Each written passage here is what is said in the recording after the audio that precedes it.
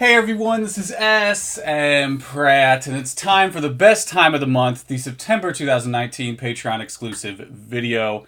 A lot happened as usual. There's always something going on in the hobby. In fact, I waited until the end of the month to record this. We're on September 1st right now because I wanted to get that Illustrator auction in. Feel free to hit the timestamp if you want to time travel to it and you don't want to listen to me talk another 15 minutes until then.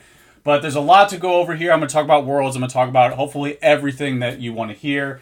Starting with Modern as usual. So right now, with Modern, Hidden Fates is stealing the show. It's what everyone's talking about. It's the talk of the town.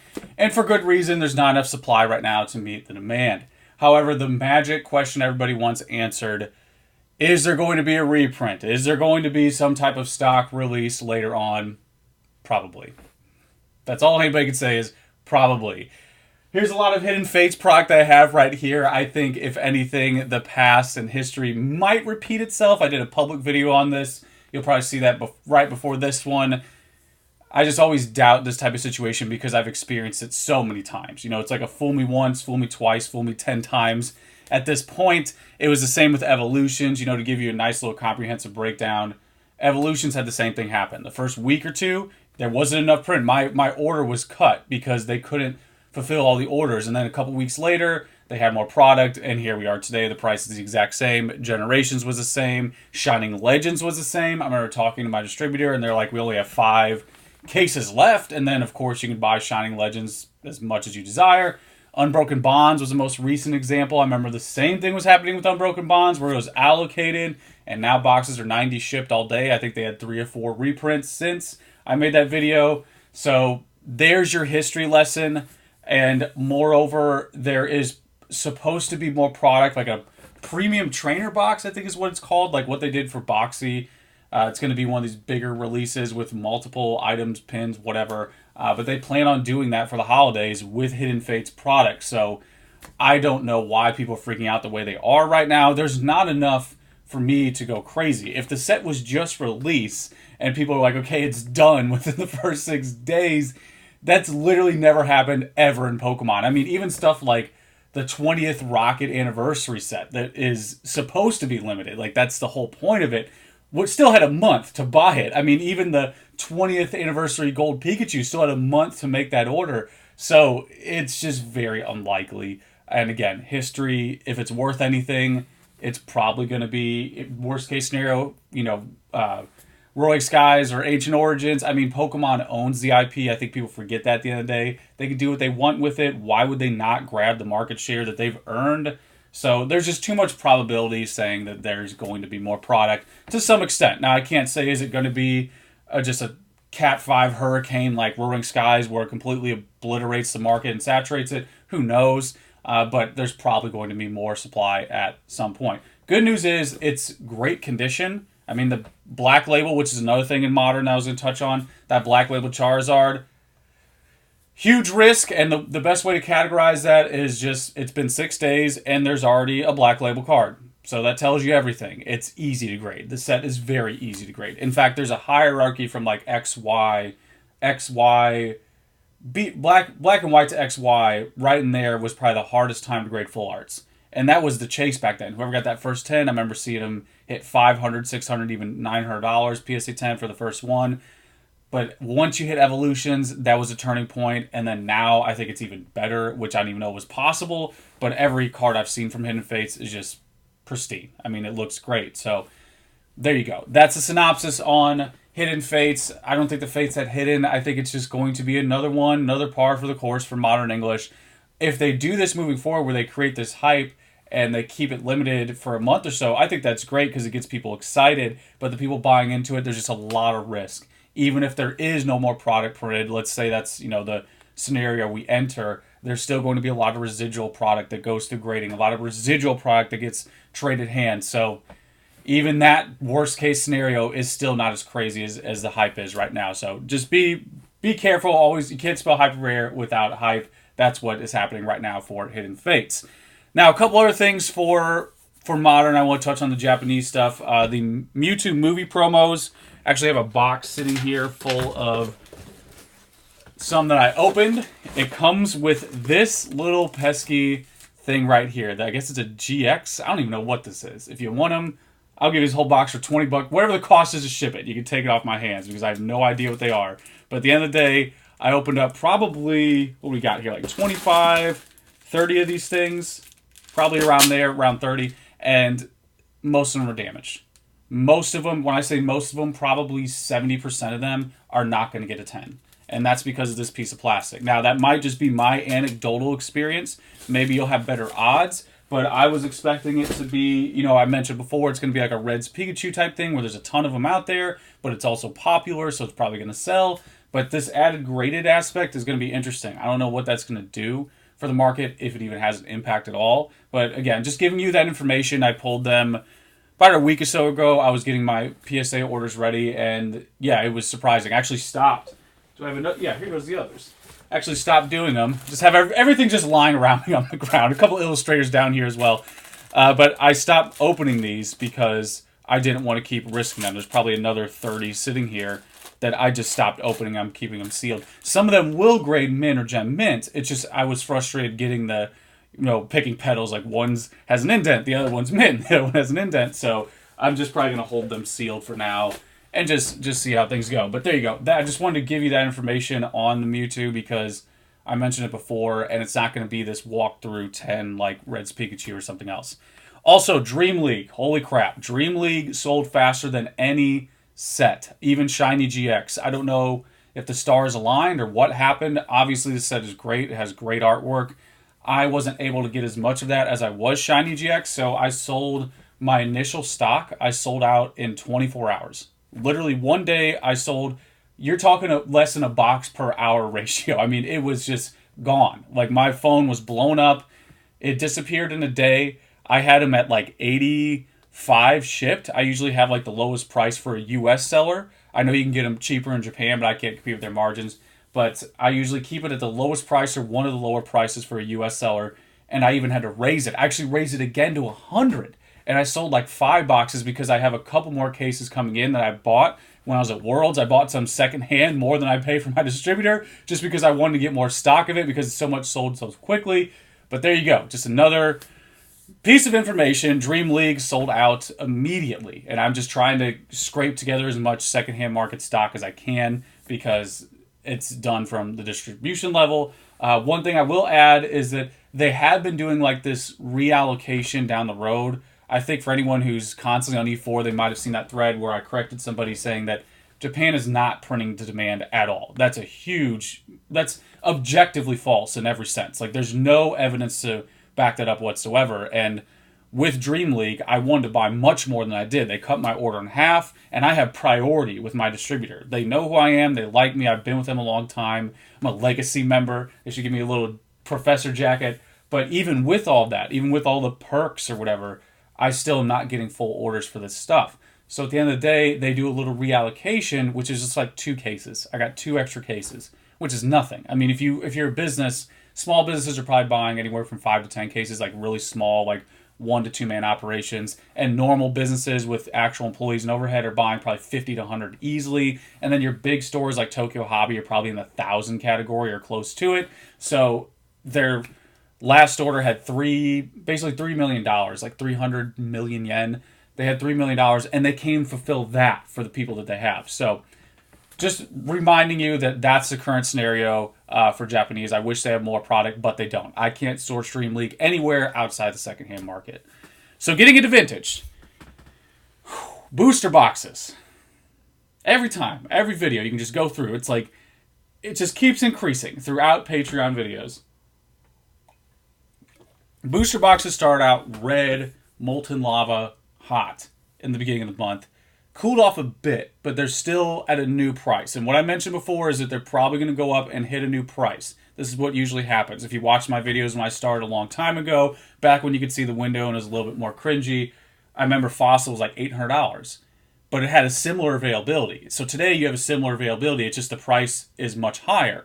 So you're probably going to see that moving forward, where it hits a new price and then it sits with availability, and then you might see it become scarce again and it moves. That's the usual general pattern. That's what's happening right now with boxes, and a lot of people want to know why. It's YouTubers. I know a couple investors who are coming in. I'm talking to someone who, when I talked to him on the phone, they said, yeah, I've been playing the market, throwing 500 into the S&P. When it goes down, it goes up, sell it, and then repeat. When they say 500, they mean $500,000. So that's someone who's actively buying boxes right now in Pokemon, and they're doing it just like anybody else, but taking the stuff off the market, waiting for it to increase, and either flipping it or just holding it while it increases. So it's YouTubers opening. There's a couple new fancy channels with the music, the haircut, and everything going on that are opening up all that product, and it's just taking one more box off the market.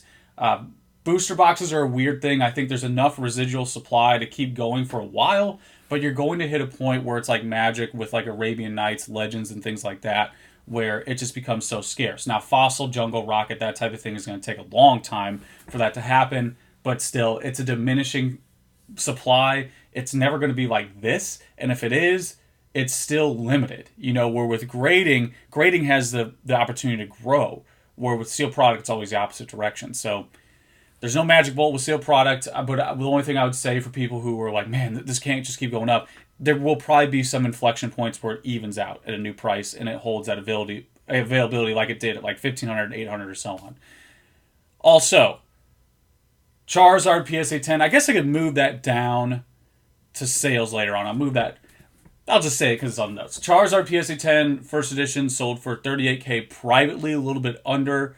And that's because it was a softer 10. It actually went to Danny Duncan. He's like a huge YouTuber. Talked to him while I was at Worlds. I was messaging him on Instagram. He's got the blue check mark and everything. And he seems like a chill dude, like just getting into Pokemon. There's a lot of YouTubers doing that right now. And I think it's because Pokemon's become trendy, which is nice, I guess. I'm glad we're far away from being criticized for liking Pokemon. So this guy bought one. It was a weaker 10, but I mean, 38 is very fair for that. It's still a 10 at the end of the day. So there's another data point for the Charizard. It's still at the 40K average because this one was private and that weaker grade. I think that's why it went slightly lower, but it sold like within 24 hours. It didn't even hit eBay. This is all privately.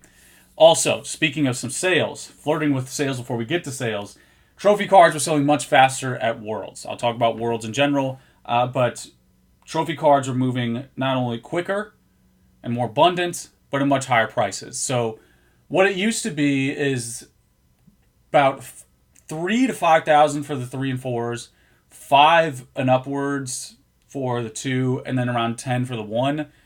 And now I think opening offers for the 1s were like 15K because people were just like, yeah, we finally realized there's only 6 of these awarded every year. I feel like I was taking crazy pills when I go to Worlds. I'm like, yeah, I'm just keep buying as many as I can of these. So there are people showing up now who weren't there before, offering on cards in a way that wasn't happening before. And I think it trickles down a bit too. I'm seeing some of the stamp stuff from 2019 hit a much higher premium than previous years, which in my opinion, it should be much higher. I know people would say I'm biased because I own a good position in it, but that's because I genuinely believe that it's underrated. So I put my money where my mouth is, and I'm always buying that stuff. When I get to my purchases, I'll talk about it in a little more detail. But yeah, the trophy cards are selling much higher, much more frequently. I mean, people were buying that stuff so quickly. I had some even being flipped to me while I was at the tournament. I mean, there's a lot of activity happening. I gave my email out to a couple people to message me when they're ready to sell. That's usually how it happens now. They don't want to do it at the tournament, wait a little bit. But regardless, they're moving much quicker and at a higher price. That's the general takeaway from Worlds this year.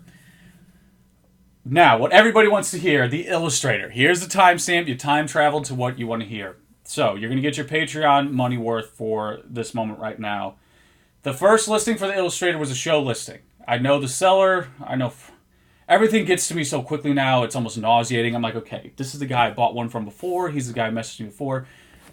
Japan is so crazy because I remember when I met with people in a room, they were middling it Illustrator and trophy cards for another guy, but he was actually in the room and they pretended he was in Japan. I mean, they're doing like big brain mind games here. So that first Illustrator listing was the seller showing that the card could earn 30K because there was a buyer who was interested that didn't think it could earn 30K. And then, of course, it looked like some zero feedback, perhaps seller, owner, whoever, boosted it to 30K, which is a steal. And by the way, if you want to sell any Illustrator, I don't care if it's Dog Bit and PSA 1, 30K is a guaranteed snap buy from me, no questions asked.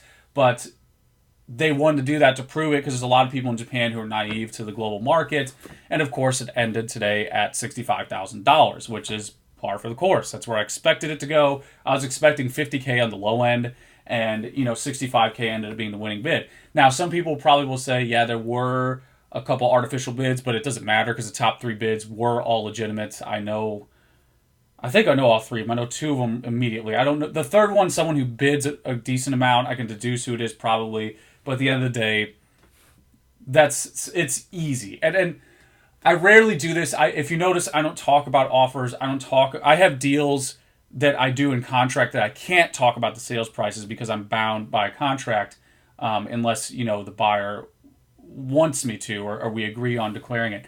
But I get offers all the time in that range, like even at 100K for any Illustrator. I mean, people just don't understand. There's always a lag with the people who just watch from afar, and when they're surprised, like, oh my God, $60,000 for an authentic Illustrator. It's like, it's just not a surprise for me at all. That's just easily what I expected to happen, and of course it did. So there it is. That is the actual sale for it. But again, that first listing was just a show listing. It's actually pretty common for Japanese people where they will put up a card to show what it earns and then pull it. Because Yahoo Japan is not eBay. It's more like the Instagram tier where you just do whatever you want. I don't like that. I don't like the whole show listing, show auction.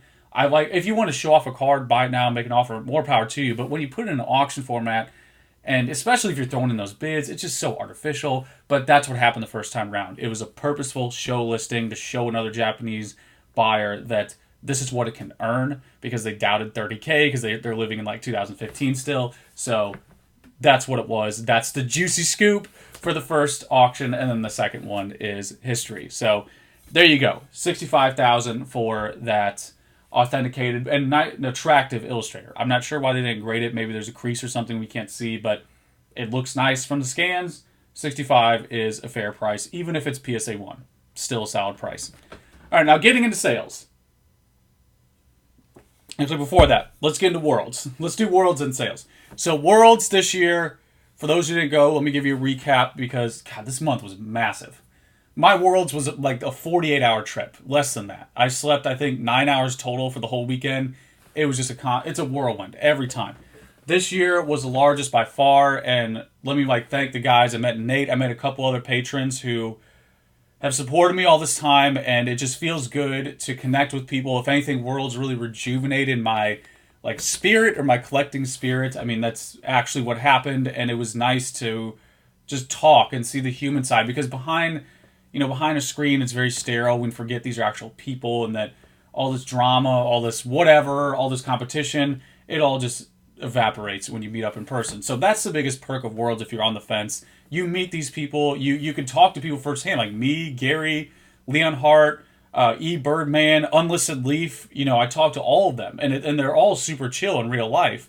So it's great because you can see the human side of the hobby. You can see people enjoying everything, and it's a safe space. If you're one of those people who's worried, hey, I'm a police officer by day, so I can't talk about Pokemon, so you'll be fine there, man. There's everybody, there's every type of person, every age, everything. Just anything you can name, it's there at the tournament. There's literally 50 countries represented at Worlds. 50. You can look at the back of the shirt. It's unreal. So it was the largest by far. They introduced Pokemon Go. Some of the other highlights, they're doing streaming now on Twitch. You can just watch it from home if you want to watch the actual tournament. I know it's kind of boring if you don't play the game, but you can see literally everything that's happening live, and then what they show on the big screens and everything. So it's just fully fleshed out now. I mean, it's just something. I think this is the new norm for the hobby. I don't see it changing in the short term. And now it's going to be in London, so there's probably going to be people who couldn't make it, to the US. They're going to go there. I'm going to try to make it to London, like you knew from last time. It was a game time decision for me, but I'm going to try to plan to be there in London for all the UK and European patrons. So there you go. And again, it was nice meeting all the patrons in person. I wish I had more time. Even a couple that I met was right out the door. I had to get my Uber to leave. I need more time. Time is the only thing I can't buy right now. So there you go. That's the synopsis on Worlds. Now, actually getting into sales. Sales were pretty solid this month. I would still say last month was a little bit higher frequency. This month was still good. But the hot items were Dream League. Like I said earlier, I sold out of those in one day. Shiny GX, I sold all the stock that I want to sell for now. I have a few more cases of it that I'm just going to hold for years. That's usually what I do. CP6 is the last one. I increased the price again rather than pulling it. And that's usually what I do, is either increase the price, and then when that stock goes, I just hold the rest. That's where I am right now with Shiny GX. I sold out of all of my Mega Tokyo Pikachu PSA 10s, anywhere from $50 to $75. I think I sold like 8 of those this month. I usually try to keep that in stock because it's a very popular card. It's something that I think a lot of people like, even those big YouTube channels like Boogie and whoever it may be, the nerd, whatever you want to call it, video game guys. They have the Tokyo Pikachu in the background. It's something that hits a wide audience, so it sells very well. I sold a lot of old Japanese promos. 2 Shiny Mew PSA 7s for $70. Shiny Mew is actually hard to grade, and it's also God tier popularity, which I need to do a video on that topic where I talk about God tier popularity, because we're always talking about God tier rarity, but that's one of those I'd put in like God tier popularity. Everybody wants that card. It's an OG card. It sells very well. So I sold 2 PSA 7s for $70. I sold McDonald's Pikachu PSA 10, another one for $130. Festive Pikachu PSA 10, $75. The 2014 are a little bit more difficult to find now than 2015 and 17. And I've sold multiple of the 15 this month for $75. A couple level X cards, PSA 10, anywhere from $50 to $100. You know, that's just depending on the species or availability. That's usually what I'm expecting. E-Series as well is doing the same thing for me. $50 to $100, somewhere in there, PSA 10. I sold like a Magby, Clefable, a couple other Expeditions, and I think the Skyridge ones go on the higher end of that range, but it's usually in that range. Also, some Game Boy promos. Lugia PSA 9, $100. Very good price. I'd even take a little less on that, but it sold for the full price. Some Venusaur Game Boy as well for about, I think it was $55 for the PSA 9. It was like $54 something. It was a combined order.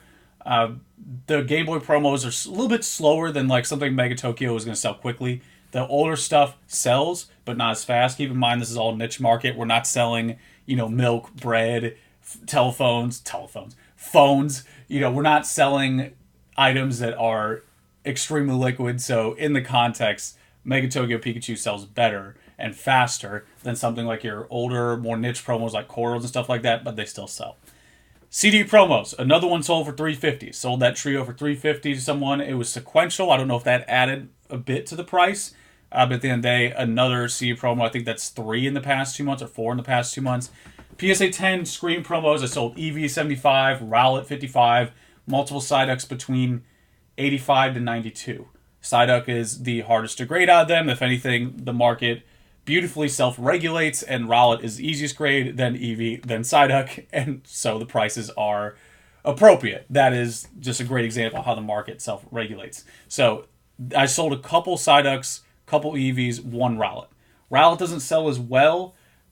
I have probably 15 of him right now, but it's still something that is an easy sale in my opinion. It's just something you have to be a little patient with. Very popular card.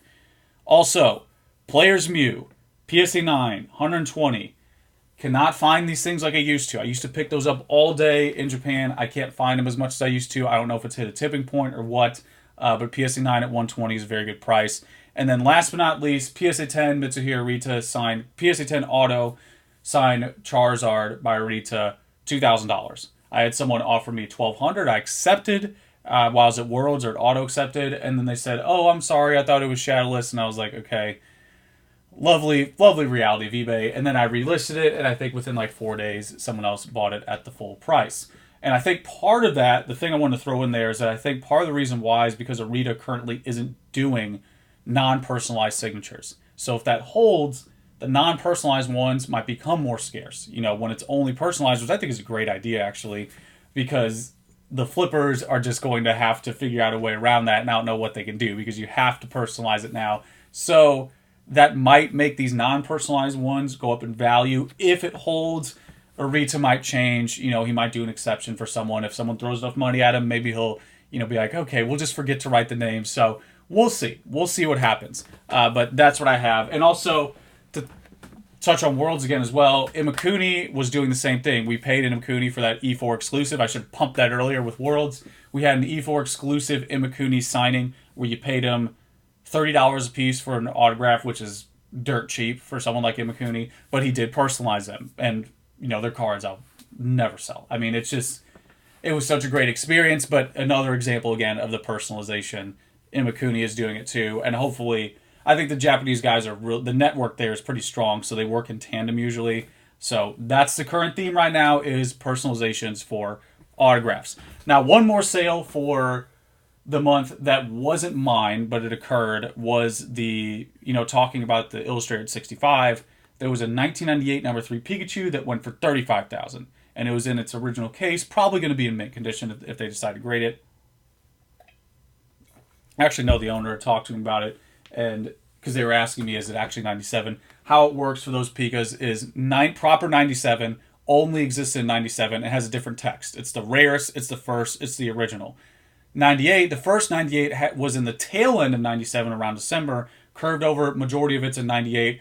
People could just consider that 98. It actually used to be 97, 98, and 99, but the last one is also 98, 99, straddling the fence. But at the end of the day, the proper 97s are the trophy cards that only exist in 1997. Those are the proper 97s, where this one is a 98. So it's like if you have the Silver Bible, I'm going like this because the Silver Bible is the first row, proper 97, second, 98, and then last one, 98, 99. So they bought that one in the middle, 98. While I'm saying this, we're like literally like measuring inches at the top of the mountain here. I mean, owning any of these, even the 98, 99 is just a once in a lifetime achievement. And of course, the 97 is just final level. But at the end of the day, that's what it sold for, was $35,000. There's no cheaper option. It's not surprising to me. Just like with the Illustrator, I'm like, yep, this makes perfect sense. I wouldn't be surprised if that card was $50,000. It's not shocking to me whatsoever. So it's God tier rarity. It's God tier everything. Beautiful little chubby Pikachu. It's such a good artwork. So much history. So much rarity. It's got everything going for it. There you go, $35,000. Now, getting into purchases. Buying a lot this month. I bought a lot this month. Bought a lot of Magic. Bought a lot of Pokemon. People just kept coming to me with good stuff, and I'm like, fine. I got to keep buying it. At one point, I'm like, okay, I'm done for the month. And then someone comes to me with more cards. I'm like, okay, what do you want? I got to buy this stuff. So, Pikachu Victory Ring. Bought another one of these. My position is larger than anybody's on that ring. Regular Victory Rings. Bought 3. Count them. 3. We're talking 3-peat. I've got 3 rings like LeBron. I was just like, yeah, I'll buy all of them. Somebody came to me. I'm like, sure. Just take them all. Buy them all day. 2 Mysterious Pearls. We're still doing multiple quantities here. So we got 3 rings, 2 Mysterious Pearls, Pika Ring, Master Scroll, Fan Club Eevee, 3 2005 stamp cards, 2007 stamp card was a quarterfinalist. I was just buying out everybody. People came to me with this good stuff. I'm like, done. Yes. More. Thank you. It was just a crazy month of buying everything. So I bought a lot. Championship Arena, English. Championship Arena, Japanese. PCL Lab Coat card, 3 of them. Uniqlo set, full mint. Pal City, complete. Bought a ton. Those Mewtwo promos, bought 100 of them. It's just like, everything was coming at me all at once this month, so there was a lot of buying happening. Also, someone came to me with their Worlds cards. Like, the 3 staff I mentioned earlier are a huge highlight, because anything I'd even say pre-2010 at this point, especially 2004 to like 2007, hardcore difficulty. That's some real hardcore difficulty. That stuff is never available. So this person came to me, bought everything they had, 2005, 2006, 2007, 2008, 2009, 2010, everything, all the way through. I bought it out all the way. Went to Troll and Toad, bought out them. Went to Troll and Toad a week later, bought them out again. Went to Troll and Toad a third time because they kept relisting those same cards, bought them out a third time. Someone came to me right at the end of the month with the same cards from Troll and Toad, all staff, Champions Festival, Tropical Wind, bought them out as well. I'm buying out all Worlds cards. Tell your friends, tell your wife, tell everybody you know. Constantly buying them. Constantly buying them and very, very slowly selling any of them. It's kind of like Rudy and Alpha. It's kind of like me in First Edition and Trophies as well. I just buy it and hold it and forget about it. Wait 5 years. I don't even care if it doesn't move. This stuff is actually rare. It's actually limited. It's actually allocated. And I put my money in something like that rather than something like hype, like Hidden Fates. So, there you go. A lot of purchases this month. I think it's the largest month for sure that I've done so far. A lot of money thrown around. But there you go. There's the Patreon exclusive information on what I'm buying. Oh yeah, I'd also bought a booster box. Almost forgot that. Bought a base Green Wing box as well. Throw that in there. Not to mention all the alpha cards. Bought some power cards. If anybody wants to know my alpha stuff, bought a Mox Pearl. bought like 5 or 6 rares, including like, oh god, what were they? Stasis. Remember Stasis because that's a unique art. Earthquake, I think, was one.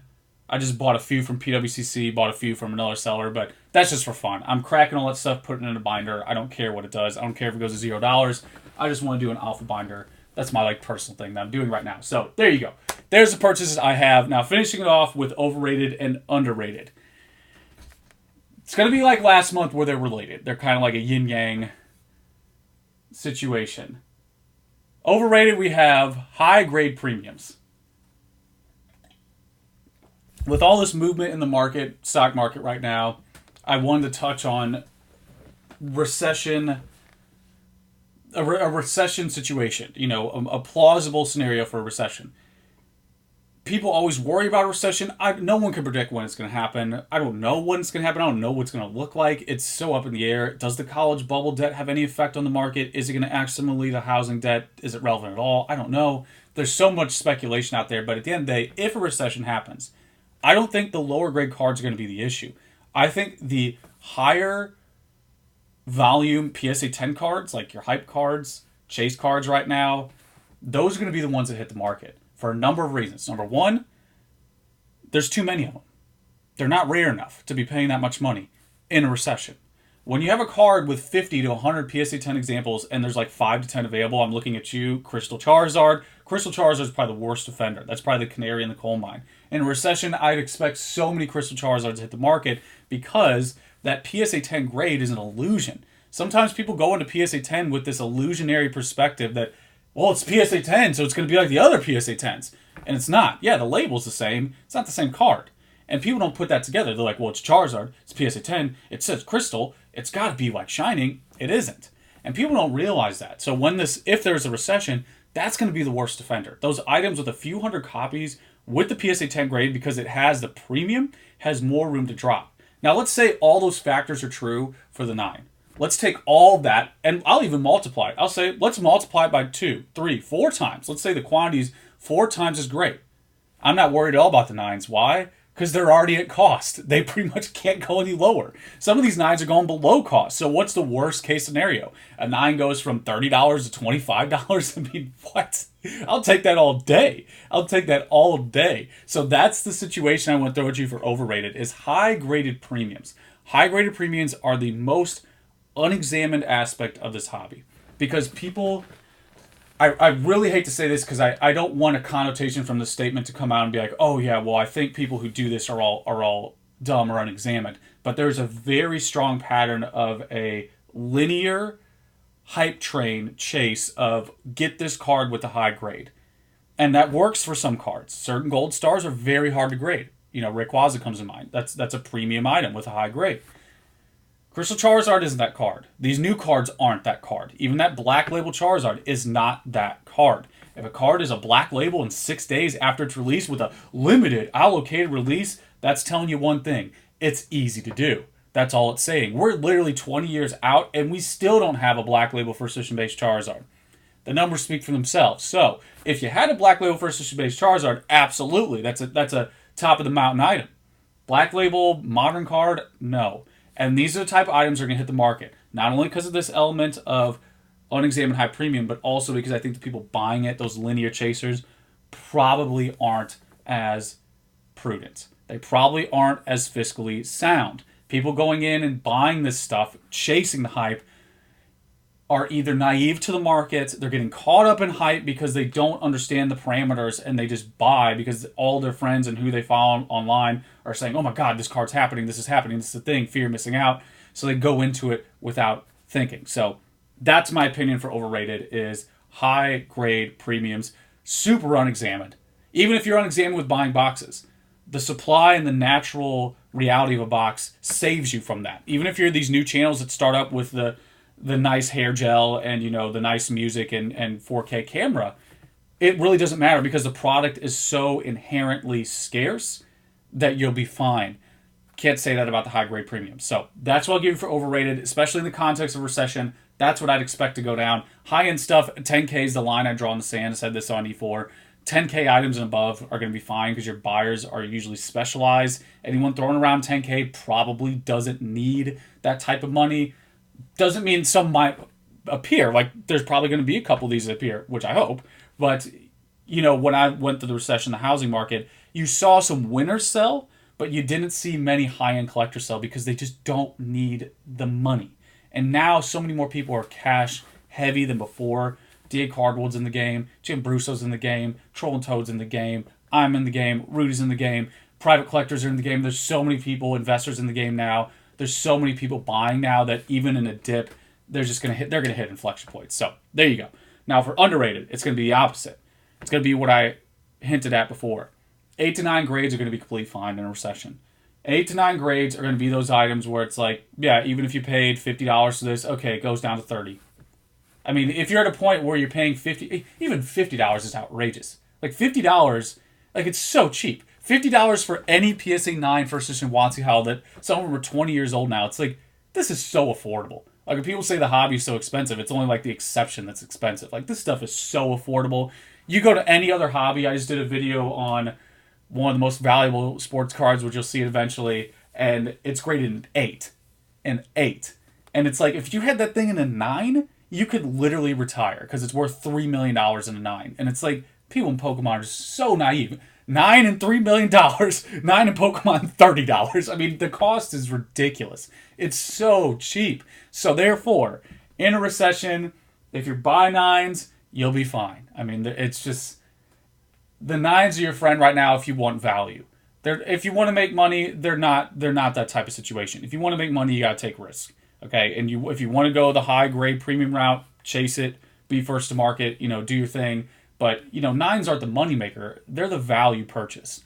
And in a recession, that value is going to stand there strong. During those winds buffeting the East Coast right now from Dorian, those 9s are just standing there, rooted in the ground. They're like, yeah, we're already at $30. We're already low enough that we can't go any lower. So that's my take for overrated, underrated. Be cautious of the high grade premiums. Again, if you have something like these, like a first edition based Charizard, obviously any black label first edition based card. I even said this in my hidden face video. I'll take a black label Caterpie first edition over that friggin' hyped up Charizard GX all day. So those are two different things. Just be careful. Just be aware and engaged of what's actually rare, what's actually hard to grade.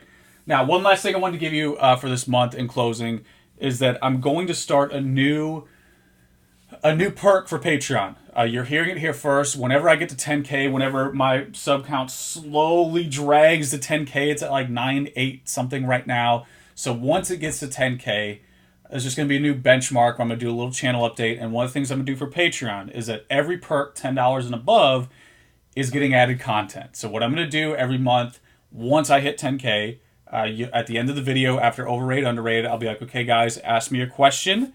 Each person can ask me one question, and I'm trying to do this kind of like a win-win where I give you more content, and you can ask me that question that's been bugging you or that thing you want to know for this month, and I'm going to do a Q&A in the middle of the month. So you're going to get the exclusive video, like this one, beginning of the month. At the end, I'll ask you the question. You tell me your question, anyone $10 or above, and then in the middle of the month, I'm going to read them and just give you my answer in real time. Now, one little caveat there. Just because you can ask a question doesn't mean you're guaranteed an answer. If you're like, so what's your net worth? What is this car going to be in 5 years? I'll just be like, no, that's not going to happen. Because Patreon is for a guaranteed response. It's not guaranteed how to make the most money for $10 a month. It's just all about getting that response and hopefully some knowledge to better help cultivate your goals. But I just have to say that because I do get new patrons. I had a new guy actually who messaged me this month and rage quit because he literally said, what do you think, I think it was Hidden Fates or Dream League, is going to be in 5 years? Or Detective Pikachu or something. What's it going to be in 5 years? And I'm just like, man, once I predict the future, once I could do that, I'll add the $1 million option for that. But until then, I can't answer those questions. So, new perk will come at 10,000. I don't know how long that'll take. It's moving real slow right now. It's like a slow poke, just slowly getting there. But once we hit 10K, at the end of every video, I'll ask for your question. You throw it at me, and I'll give you another video in the middle of the month. And even if you don't have a question that you want answered, I think just the Q&A format is just a ton of knowledge. It's just all, even for me, I learn a lot. I get perspective from people. So it's a win-win for everybody. We're doing big brain stuff all over here. And I think it's great even if you don't ask a question. It's just more content to watch. And you'll get very specific pointed questions with very specific pointed answers. So hopefully that is something you will enjoy. Again, I'll roll it out once I hit the 10K. And yeah, that's pretty much everything I have for this month, guys. Hopefully this wasn't too long. As usual, time travel through the timestamps. And again, thank you for the support. It's the only reason I'm doing this still. And for all the patrons who met me in person, it was a whirlwind. There were so many people. There were people coming up to me I didn't even know. They said their name quickly, and I'm like, I've like wanted to talk a little bit, but I didn't have time. But thank you for coming up to me. It honestly means a lot when people tell me this is useful for them, because I just am always pushing myself and saying it's never enough. So it's a nice compliment. It feels good. It makes it all worthwhile at the end of the day. So thank you as always, guys. And that is pretty much everything I have. You know the deal. Till next time.